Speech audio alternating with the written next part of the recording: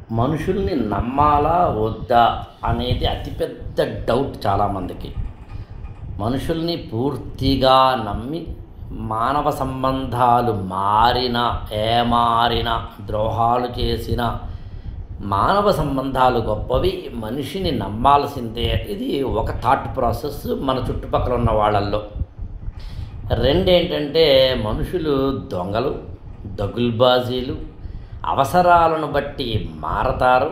కాబట్టి ఈ అవసరాలను బట్టి మారే మనుషుల్ని నమ్మద్దు, మానవ సంబంధాలని నమ్మద్దు అనేది ఇంకొక థాట్ ప్రాసెస్. ఇలాంటి వాడు కూడా మన చుట్టుపక్కల ఉంటారు.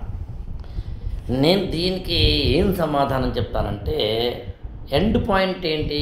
ఈ వీడియో వింటున్న నువ్వు మనిషిని నమ్మాలా వద్దా, పక్కోని నమ్మాలా వద్దా, తోటివారు నమ్మాలా వద్దా, మానవ సంబంధాలనేవి నిలకడగా నిజాయితీగా కలకాలం ఉంటాయి అనే థాట్ ప్రాసెస్లో ఉండాలా?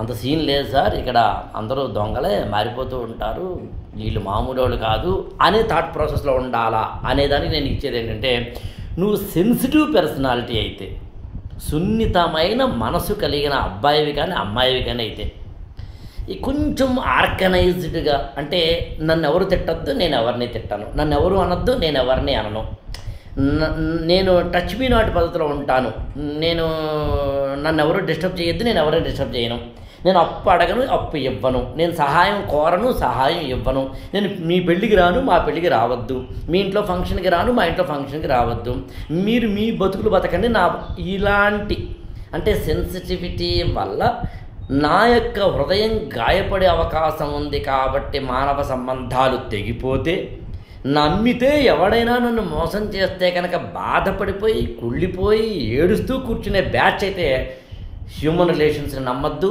మనుషుల్ని నమ్మద్దు. మనుషులు మారతారు.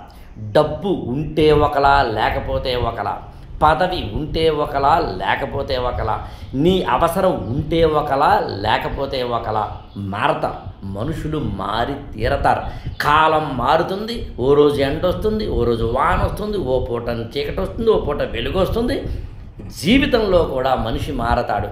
ఎప్పుడు నువ్వు సెన్సిటివ్ అయితే, నువ్వు బాగా ముదురై, దేశముదురై, నీ యొక్క చర్మం చాలా మందంగా, హృదయం చాలా గట్టిగా, మనసు చాలా పటిష్టంగా ఉన్న బ్యాచ్ అయితే నమ్ము, నష్టమే ఉంది.